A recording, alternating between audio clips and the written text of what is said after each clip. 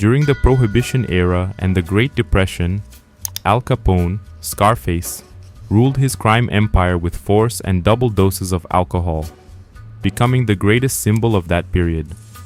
Capone made billions, financed artists, helped many, and killed many others. He boasted of having police officers and politicians in his pocket and was also named Man of the Year alongside Albert Einstein and Mahatma Gandhi. In the city of Chicago, Al Capone, the most famous gangster in history, was king. A dusty black coat with a red right hand. Alphonse Gabriel Capone was born on January 17, 1899, in Brooklyn, New York, the son of Italian immigrants Gabriel and Teresa Capone, who hailed from the village of Castelmar di Stabia near Naples, and one of 11 siblings. Young Alphonse Capone had a childhood not much different from that of his future allies and rivals. Gabriel and Teresa arrived in the United States of America as young immigrants in the mid-1894. Gabriel was a barber by trade and despite his humble origins, was literate in Italian. Teresa, a seamstress by profession, arrived pregnant with Vincenzo, who was 2 years old, and baby Raffaele. She was a devoted mother. The Capone family settled in a small apartment in the poor region of Brooklyn, where Alphonse Capone was born. Gabriel began this new chapter of his life as a barber, dreaming of opening his own barbershop. It didn't take long for him to start making progress. Being literate, he was soon hired to work in a grocery store, while Teresa continued sewing.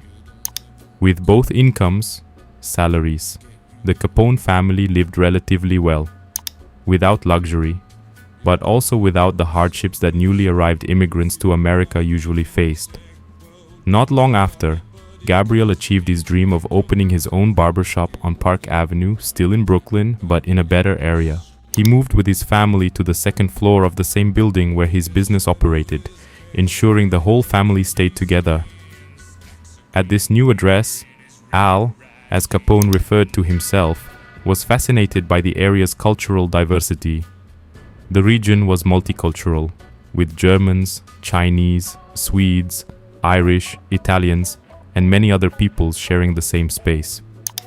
Capone enjoyed this cosmopolitan experience, and in the future, this exposure would benefit him in leading his powerful crime empire, the Chicago Outfit. At 5 years old, Capone started school, and his future seemed promising. His parents appeared to value their children's education and studies. Al was never considered a brilliant student, but he performed reasonably well in school. However, at the age of 14, he was allegedly struck by a teacher for skipping class, and he reacted. It is unclear exactly how Capone responded, but there was some degree of violence involved. This reaction led to his expulsion, and it is said that Capone's potential for an honest future died that day. Sometime later, the entire family moved again, this time to Garfield Place. He met his future wife, the Irish woman May Coughlin, with whom he would spend the rest of his life, and his crime mentor, Johnny Torrio, later known as Johnny the Fox Torrio. Torrio, an Italian also of Neapolitan origin, belonged to the rare breed of criminals capable of seeing what his supposed peers could not. He was a visionary. In fact, it is said that the idea of laying the foundations for the future National Crime Syndicate came from Torrio. This organization would emerge in the mid-1930s, also popularly known as the Commission, where the dons of each mafia family would decide the future of all Italo-American organized crime, with its jurisdiction extending worldwide, particularly in Italy and the US. Al, like other juvenile delinquents, saw in Torrio the possibility of rising in life, not through honest means, but through criminality, by belonging to a mafia famiglia and becoming a man of honor. Gangsters like Torrio were often seen as role models to follow because, as they still refer to themselves today, they are men of honor.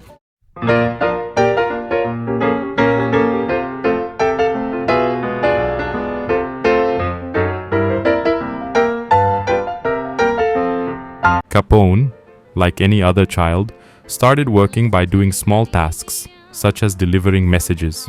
"I considered Johnny my advisor and father," Capone said in middle age, "and the person who made it possible for me to get my start. Torrio and Capone, however, spent little time together, but life would bring them side by side again in the near future. Torrio moved to Chicago around 1909, while Capone joined street gangs such as the 5 Point Juniors, South Brooklyn Rippers, and 40 Thieves Juniors, though his performance in these gangs didn't hint at his future as a crime boss. Capone was still a young man dedicated to his family, helping with expenses by working honestly. He labored in a munitions factory and later as a paper cutter. At 18, his life changed radically when he began working for Frank Yale upon the recommendation of Johnny the Fox Torrio. Frank Yale was a tough gangster who had just opened a bar called Harvard Inn in Coney Island. Capone started working there as a bartender, but his duties involved ensuring the safety of the place, which led him to use his fists and eventually a revolver. At this time, while working at Harvard Inn, Capone allegedly earned his infamous scar after disrespecting the sister of a local hitman named Frank Galluccio. Legend has it that Frank Galluccio went to the bar with his sister, and Capone, upon seeing them enter, made a rude comment about Galluccio's sister. It's unclear exactly what was said or gestured, but it's often suggested that Capone made a malicious remark about the woman's hips. The insult couldn't go unanswered, and Galluccio demanded an apology. Capone refused. Galluccio then grabbed a knife and slashed Al Capone's face 3 times, requiring around 30 stitches to close the wounds. From then on, Capone also became known as Scarface. Both Frank Galluccio and Al Capone were later reprimanded by crime bosses to prevent any possible reprisals, under the threat of death for both. The incident, however, didn't seem to shake Capone, who only grew more certain of his path.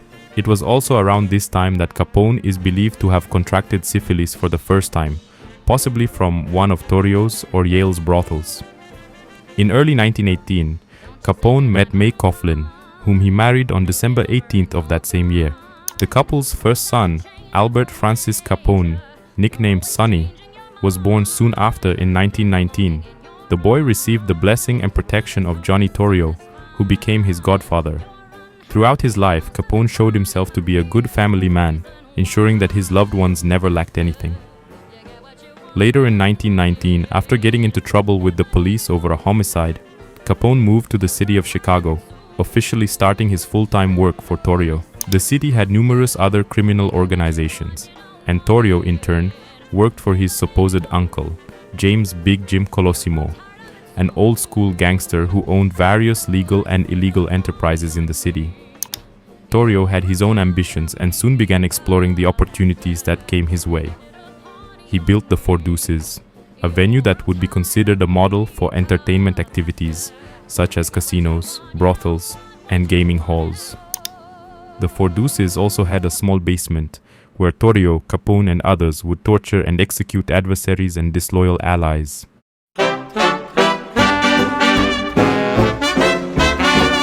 In early 1920, the US Congress passed the Volstead Act, known as Prohibition. During the 1920s and 1930s, the Volstead Act would forever transform criminal activities, both directly and indirectly related to the smuggling of alcoholic beverages. It is often pointed out that this represented the golden age of crime, whether organized or not. The profits made from alcohol sales enabled the diversification of criminal practices into both legal and illegal ventures, even after the repeal of the Volstead Act. In other words, various criminal groups made so much money from smuggling alcohol that by the end of Prohibition, their activities closely resembled those of legitimate business enterprises. Alcohol trafficking crossed all US borders, sometimes by land, sometimes by sea. The price of alcohol after Prohibition made the business terrifyingly profitable, and many nations close to the United States saw their alcohol exports skyrocket, as illustrated below.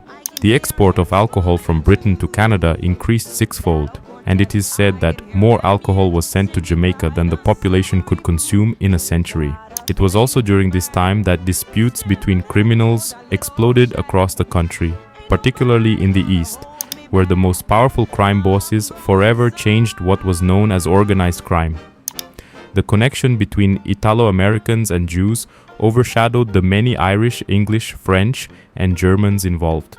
Seeing the newly enacted prohibition as a powerful source of income, Torrio tried to warn James Big Jim Colosimo about the need to enter this new market.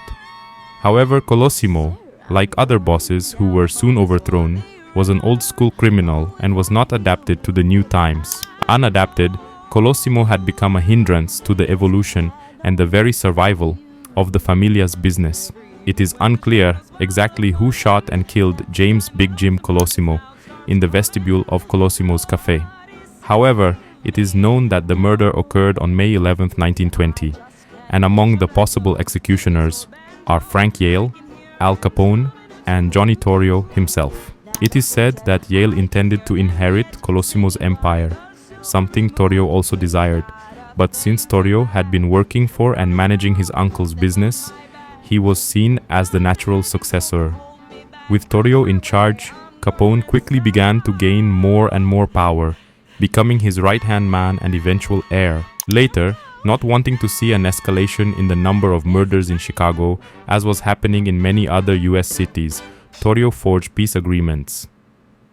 These peace pacts and even mutual cooperation agreements with other city bosses ended up ensuring several years of tranquility and highly profitable partnerships for the involved groups between 1921 and 1924. Among these groups were notably the North Side and West Side gangs. The West Side was dominated by the so-called Terrible Genas, a group of 6 brothers from Marsala, Sicily, Italy, who became notorious for their excessive violence.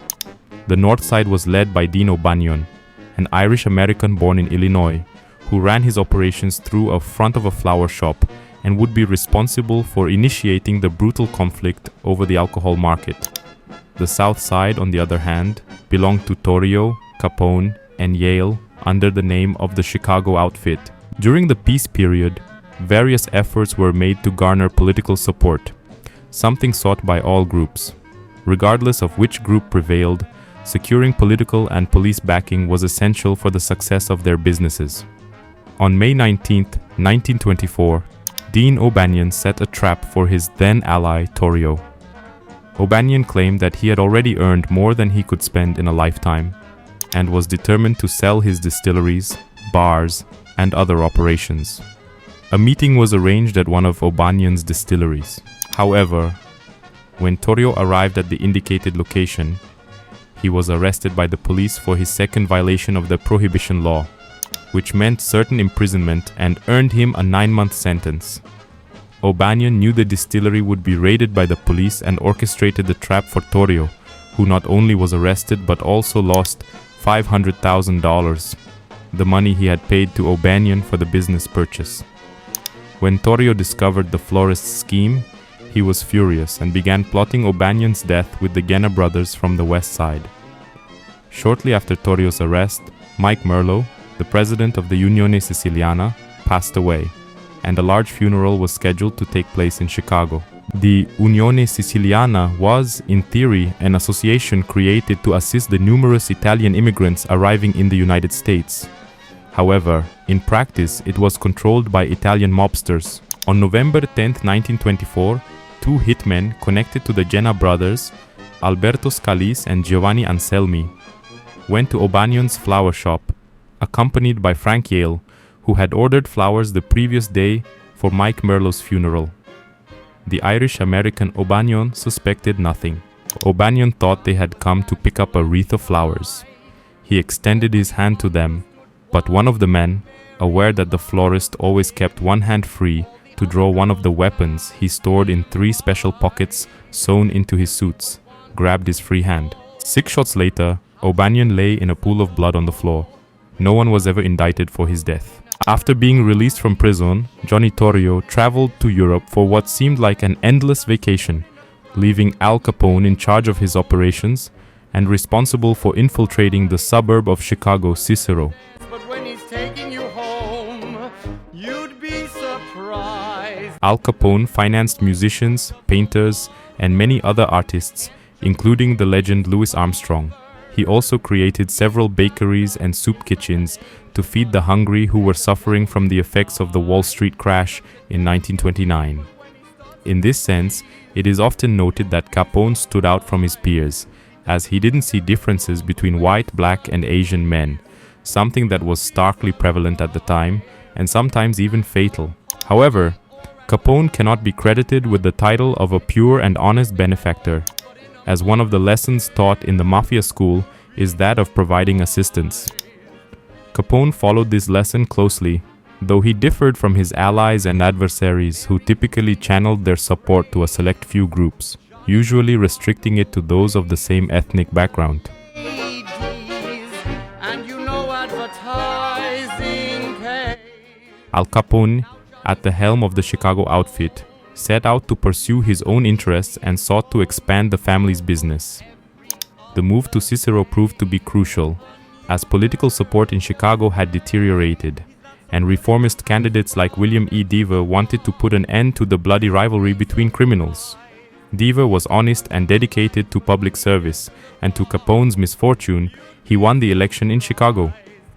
However, in the 1924 elections in Cicero, crime won the political game, and just like politics, the police would also come under the service of Al Capone. The election in Cicero was also tragically marked by the death of Al's brother, Frank Capone, who was shot by the police in a shootout outside a polling station. Despite the premature death of his beloved brother, Capone didn't let himself be shaken or stop working. He couldn't afford to. O'Banion had been taken down, but the North Side was still in the fight.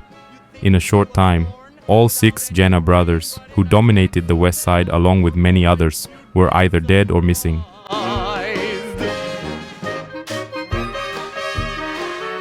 The outfit North Side attacks escalated so overwhelmingly that it seems certain the classic shootouts between gangsters were born on the streets of Chicago.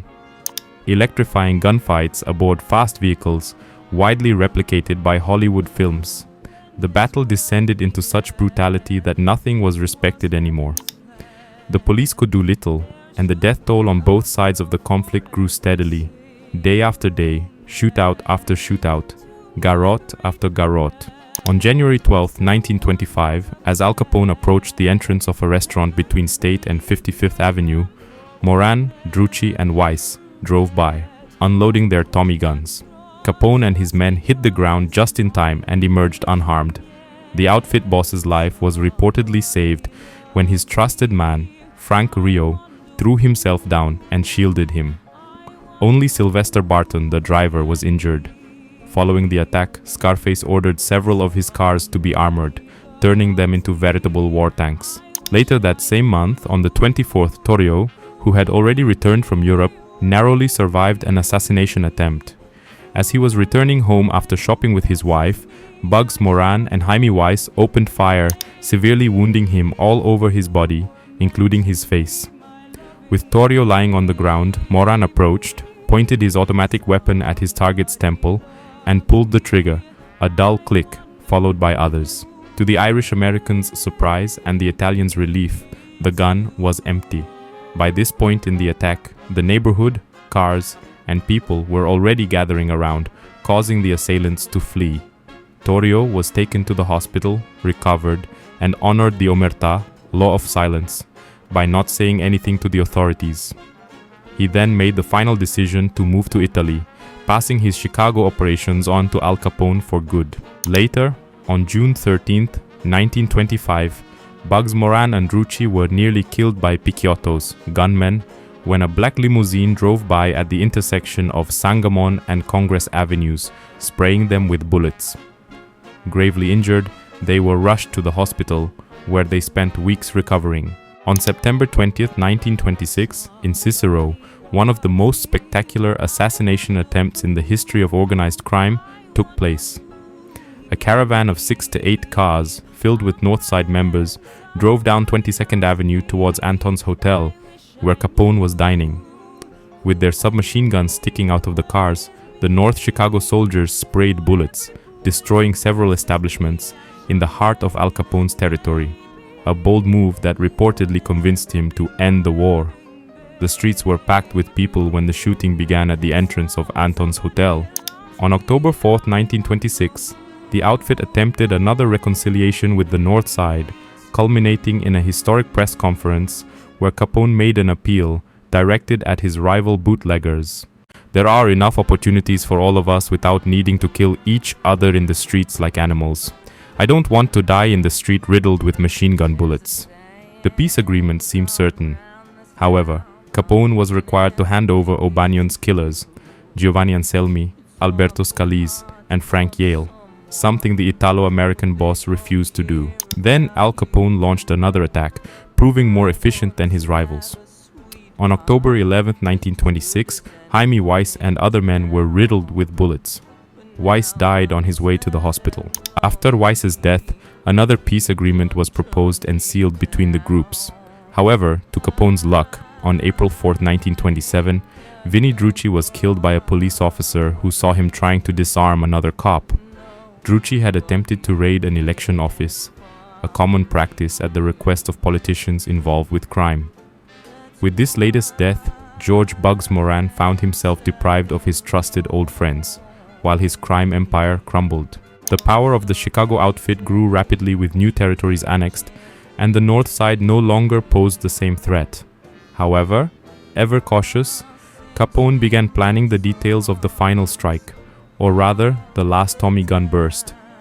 The New Year's Eve of 1928-1929 marked the height of Al Capone's power, which he celebrated in his new mansion in Palm Island, Miami, where he would spend the rest of his life. At not even 30 years old, Capone had become the undisputed boss of Chicago's underworld, achieving what few gangsters had, the royal throne.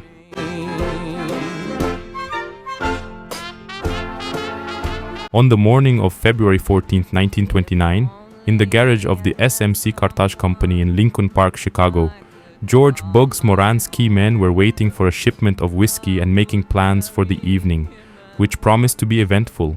It was Valentine's Day, a cherished holiday for lovers. Putting aside the love of girlfriends and wives for a moment, 4 men woke up early to work. It was February 14, 1929, and couples across the US were celebrating Valentine's Day. For that day, Al Capone and his men planned something special to close a big deal. With the signature of Tommy guns and shotguns, 7 men were killed in cold blood. Deal closed. The barbarity shocked the United States, intensified public opinion against prohibition, and the perpetrators were never identified or arrested. Although it's uncertain if they were expecting a shipment of alcohol, Moran's men were clearly waiting for something. The most widely circulated version of the incident suggests that a shipment of bootlegged alcohol from an unknown source was supposed to be sold to the North Side men that morning. However, the whiskey delivery never happened because there was no shipment. It was a trap. Al Capone and his men orchestrated the perfect setup to eliminate Moran and his remaining key men. Around 10:30 a.m., 2 cars, a Cadillac sedan and a Peerless, arrived and parked in front of the garage. 4 or 5 men were inside, with 2 dressed as police officers who jumped out and stormed the garage, while the driver remained behind the wheel. It seemed like a police raid, and the 7 men inside offered no resistance. They didn't have many issues with the police, as there was widespread corruption among public officials, and evidence often disappeared or was eliminated. The officers lined up the men against the wall, legs spread and hands in the air. The men were searched, their weapons confiscated, and they simply awaited handcuffs. 2 more men, supposedly detectives, wearing overcoats, entered armed with Tommy guns.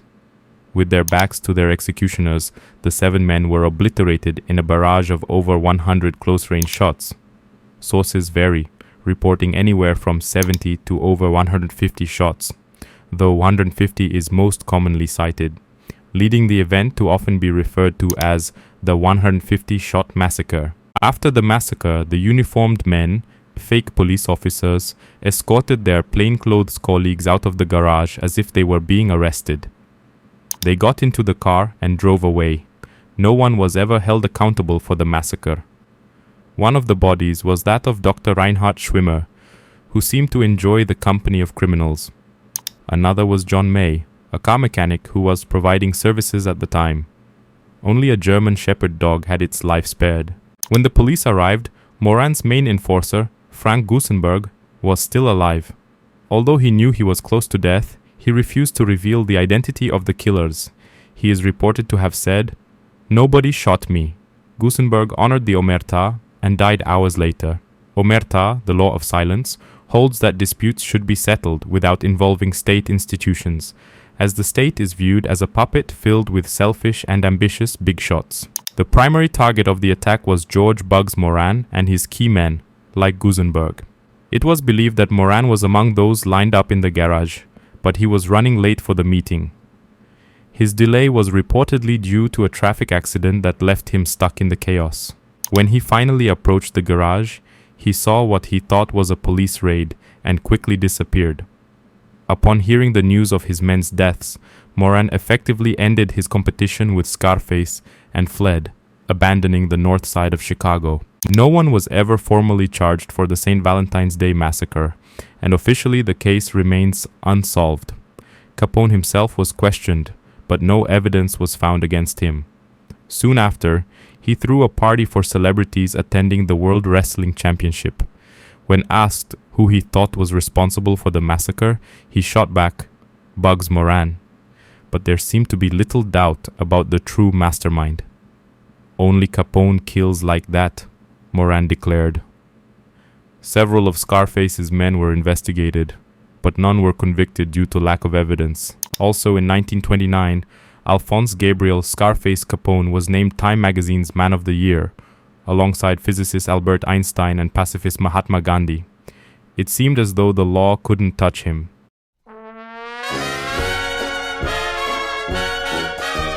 Al Capone didn't reach the top without being extremely cautious. Alongside his battles against armed groups and politicians in Chicago and nearby areas, Scarface eliminated a series of former allies and dangerous enemies. Capone had eyes and ears everywhere and paid dearly for that information. It is estimated that out of the $100 million he earned annually, approximately $30 million was spent on bribes to public officials, associates, politicians, journalists, judges, police officers, non-governmental organizations, and many other public and private entities. As the Chicago outfit triumphed over the North Side, other hidden enemies began to emerge and plot Al Capone's death. One of them was Frank Yale, an old friend and former employer of Capone.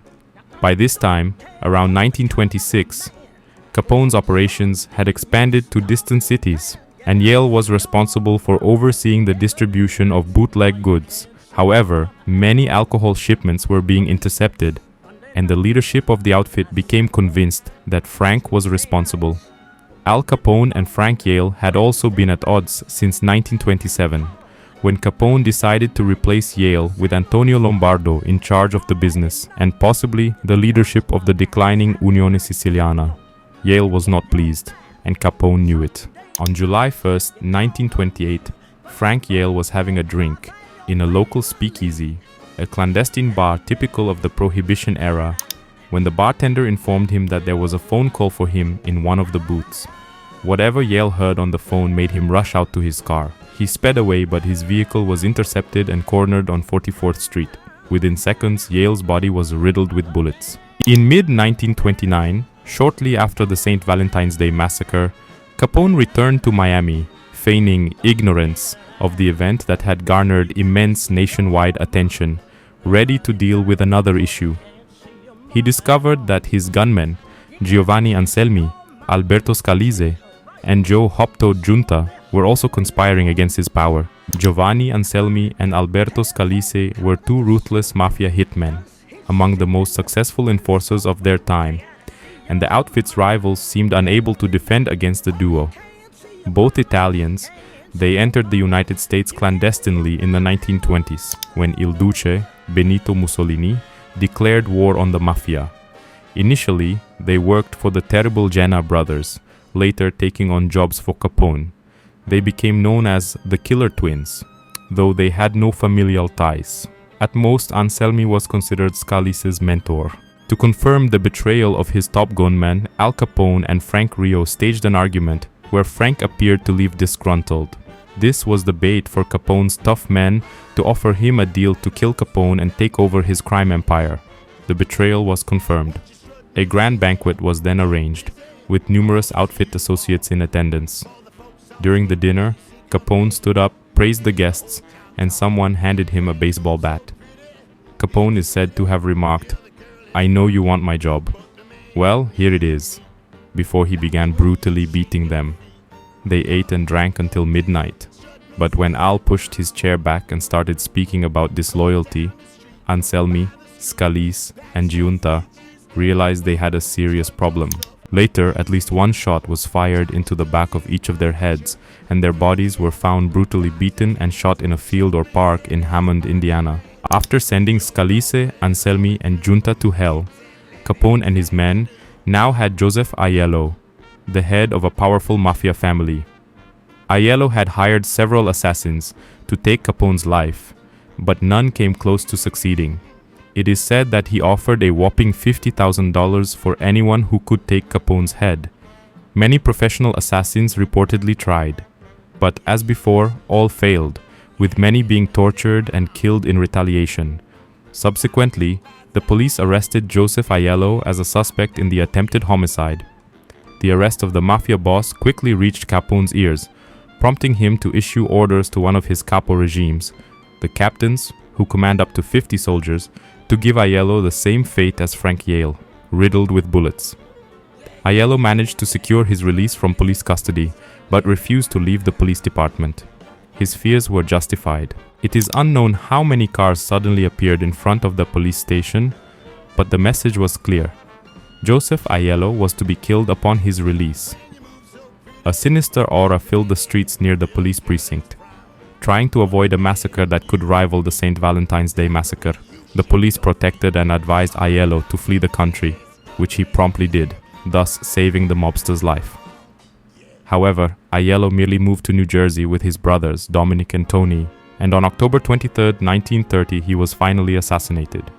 Although the responsible party for the execution is unknown, Scarface is suspected. It was heaven's plan. There should be a girl. In 1929, the violence of gang wars cried out for strong intervention from the authorities. Public outcry demanded vigorous action, and the lawmen of the Bureau of Prohibition proved ineffective.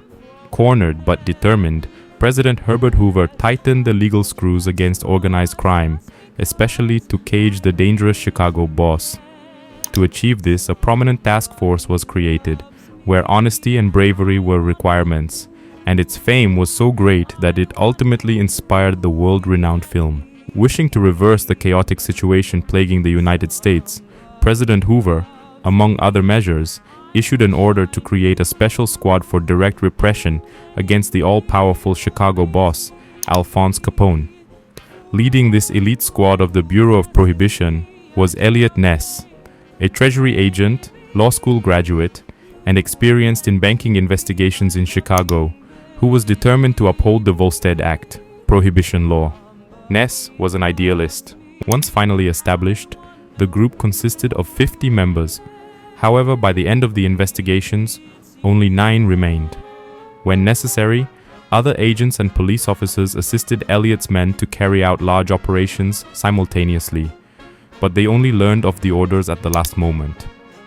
This was done to prevent communication between corrupt law enforcement agents and mobsters for the sake of the operation's integrity and the honest agents. In the first 6 months of service, the special agents had already inflicted over $1 million in losses to Scarface by shutting down bars and distilleries. Despite the bravery of the young agents, the Chicago boss remained untouchable. A significant conviction in court would be necessary. A messenger from Capone repeatedly tried to bribe Ness and 2 other key members.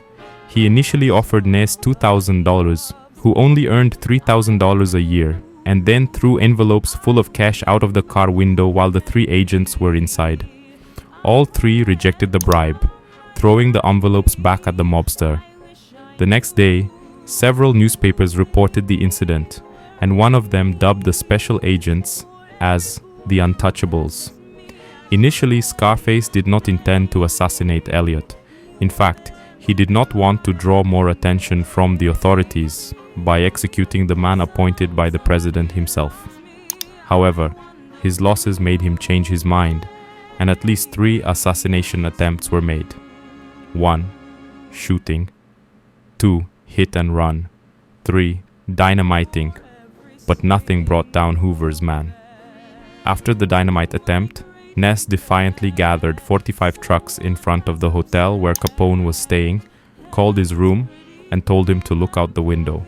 Elliot had gathered a large number of men to shut down a major bar that the mobster proudly had just opened, leaving him distraught. Despite the bravery displayed and the 5,000 violations of prohibition law reported, the Untouchables contributed little to the arrest of Al Capone. Another agent, Frank J. Wilson, also from the Treasury Department, provided the crucial evidence for the mobster's conviction for tax evasion, a subject that will be addressed in detail in the next section. Elliot Ness, for openly challenging and surviving the downfall of the great Chicago boss, became the most famous man of Prohibition. Despite the seeming certainty, Elliot and Alphonse Capone never faced each other directly. Ness, the president's man, passed away on May 16, 1957, after a heart attack. Somebody loves me, I wonder. Cases of criminals acquitted due to lack of evidence, who mysteriously disappeared or were eliminated, abound in the underworld. Many have tried to combat organized crime, such as the Honorable Mano Bianca, who fought against the Black Hand, but they were often taken down, either by bullets from button men, picioros, or through the politics of public puppets. In the courts, professional criminals invoked the Fifth Amendment, remaining silent to avoid self-incrimination. This amendment also protected them from unreasonable searches and seizures.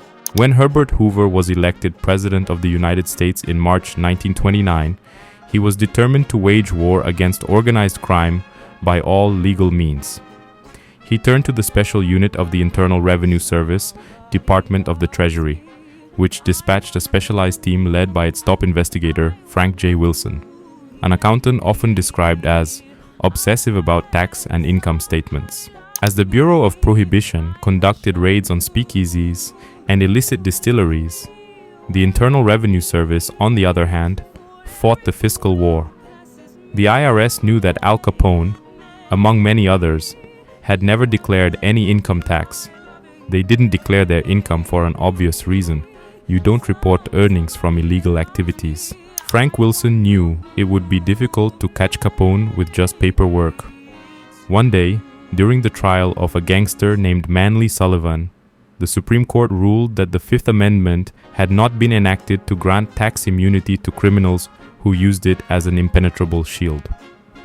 Armed with the Supreme Court's decision, Wilson felt reinvigorated, and his investigators worked hard to close the net around Scarface. Al Capone had never filed an income tax return, had no bank accounts, didn't sign checks, nor owned assets. At least officially, he had no business records.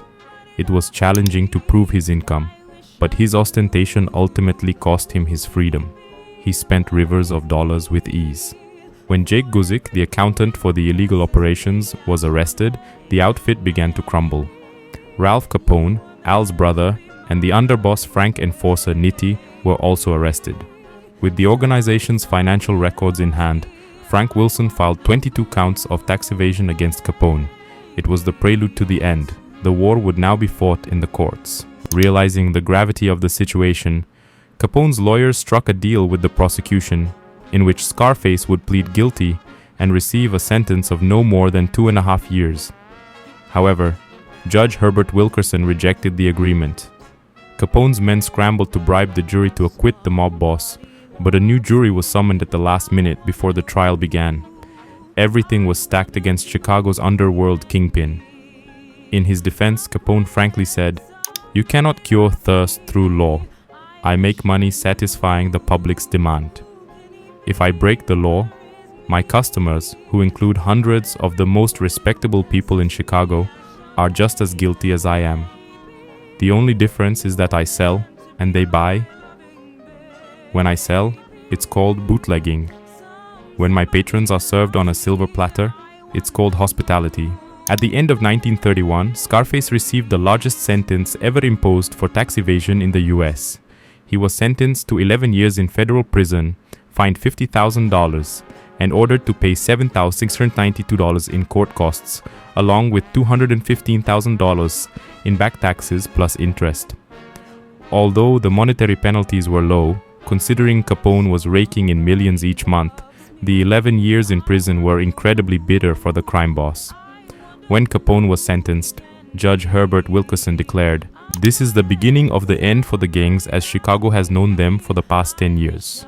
But Wilkerson was terribly mistaken. The notorious and flamboyant Al Capone may have been taken down, but the mobsters who dressed modestly and preferred to stay in the shadows continued to thrive. The Mafia families would go much further than Scarface, and even today they persist infiltrated in all sectors of civil society. By the time Prohibition was repealed in 1933, the bootleggers had amassed so much money that they diversified their operations into gambling, prostitution, and a wide variety of legitimate businesses, many of which had a highly altruistic nature.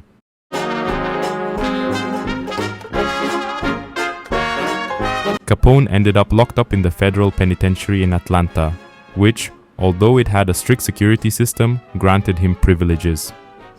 Everything changed in 1934 when Scarface was sent to the infamous Alcatraz prison in San Francisco Bay.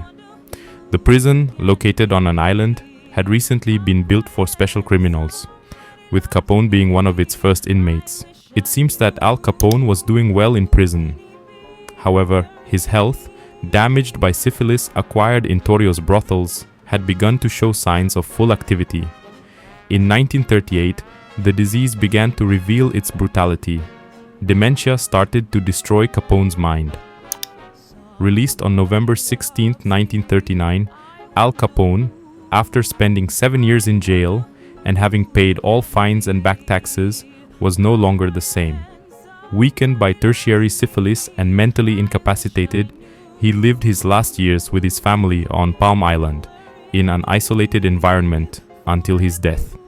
The Mafia boss of Chicago, the most famous gangster in history, Alphonse Gabriel Scarface Capone, finally ended his extraordinary life of control and chaos on January 25, 1947, with his beloved family nearby. At his funeral, few people attended. Even his crime mentor Torio did not show up for the final goodbye. Thank you for watching the video. Don't forget to subscribe to the channel for more content.